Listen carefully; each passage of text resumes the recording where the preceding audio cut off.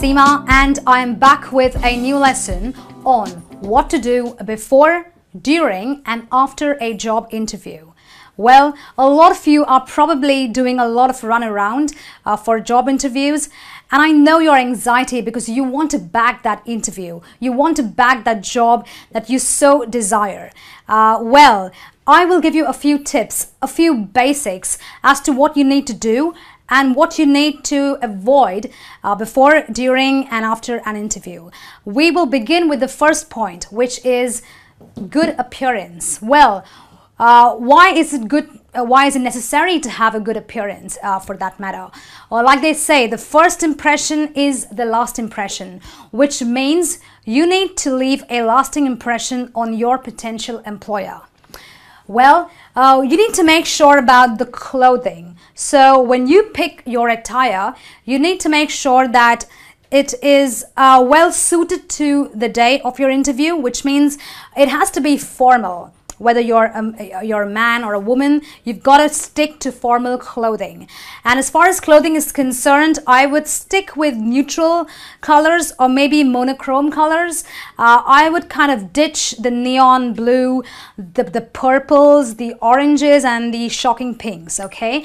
And as far as accessories are concerned, well, don't go too loud on the bangles and the bracelets, nothing that makes too much of noise.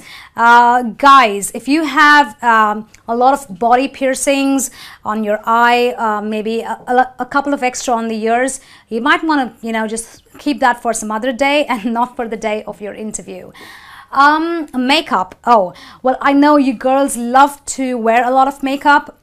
But if you are going in for a formal interview, a professional interview, you might want to tone it down a little bit. You might want to apply nude shades of lipstick, or a little bit of less mascara, but not too much, and not too much out there.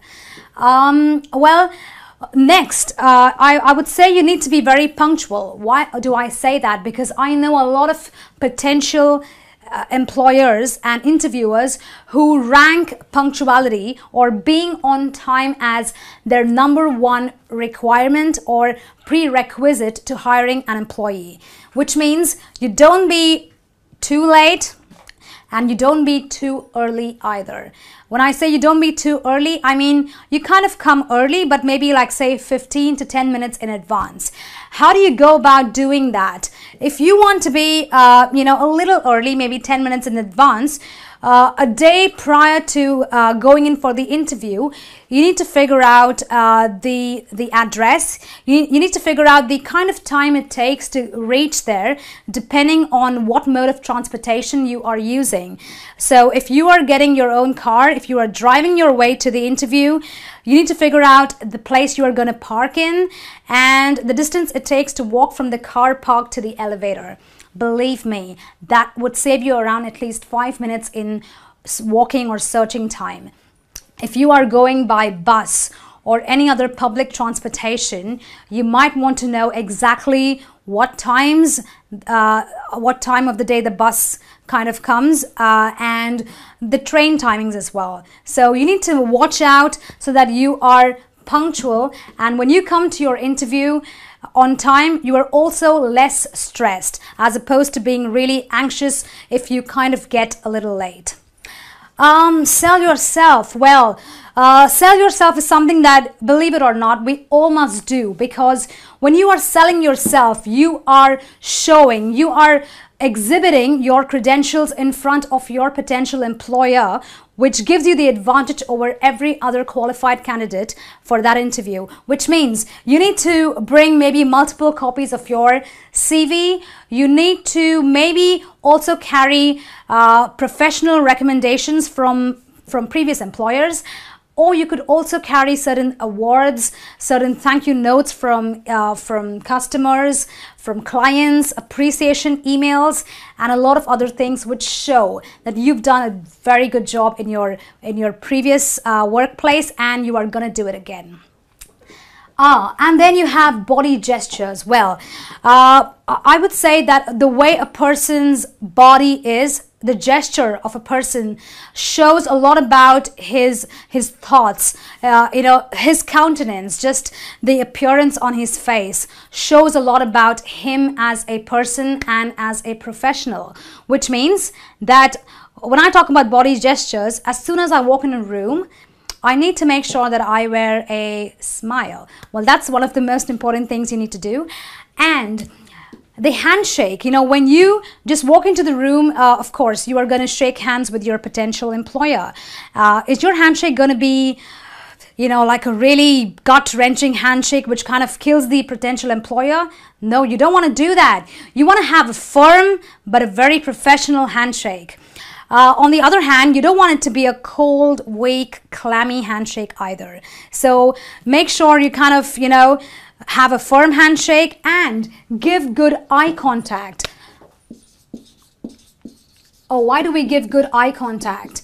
Well, when I say eye contact, you don't want to stare at your employer like you're going to kill him or threaten him, but you need to make eye contact because a person who makes good and proper eye contact shows that he is a good listener, an active person who responds to situations.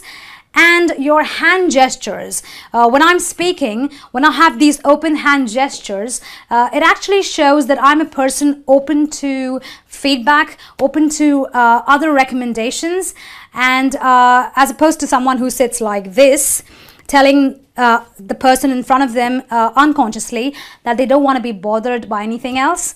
So you want to be really open with your hand gestures. And you also want to make sure about your posture, which means you need to have a straight back. You don't want to be slouching because, believe me, nobody wants to hire a slouch. And you want to ask questions. Well, why do you need to ask questions? You need to clear your doubts. And what kind of doubts would you need to be clearing? When you start a new job, or before you even start a new job, you have a lot of questions running in your mind. So you probably think that, what is the pay going to be like, or what are the ethics, or what are the policies of the company, or what are the what is the actual description of my job profile.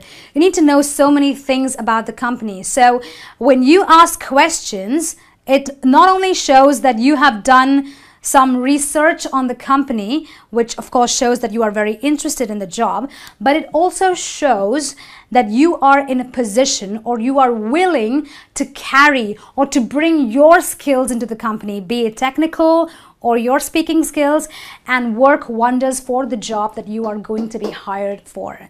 This works wonders for you in getting a job because it shows how well informed and how much of knowledge you definitely have. And then you have the follow-up. Well, this of course deals with something that happens after an interview. So after you've kind of, you've kind of done with the interview, you need to know whether you've been accepted or rejected. So I would say after a week, and you would get feedback maybe from the employer themselves up front, but sometimes a lot of employers ask you to call them or just email them, and that's when you ask them for feedback. Well, what is the necessity of asking for feedback? Well, firstly, it tells you whether you've been accepted or rejected. Now, if you've been rejected, which is something that we don't want to, happen with us, but if you have been rejected, why do you need feedback? You need to know exactly what went wrong. So you kind of take those points and make them your action points to work upon when you go in for, future interviews. If you have been accepted, I would recommend you kind of ask them what more you need to do when you start a job, or what you need to do before you come for the first day of your job.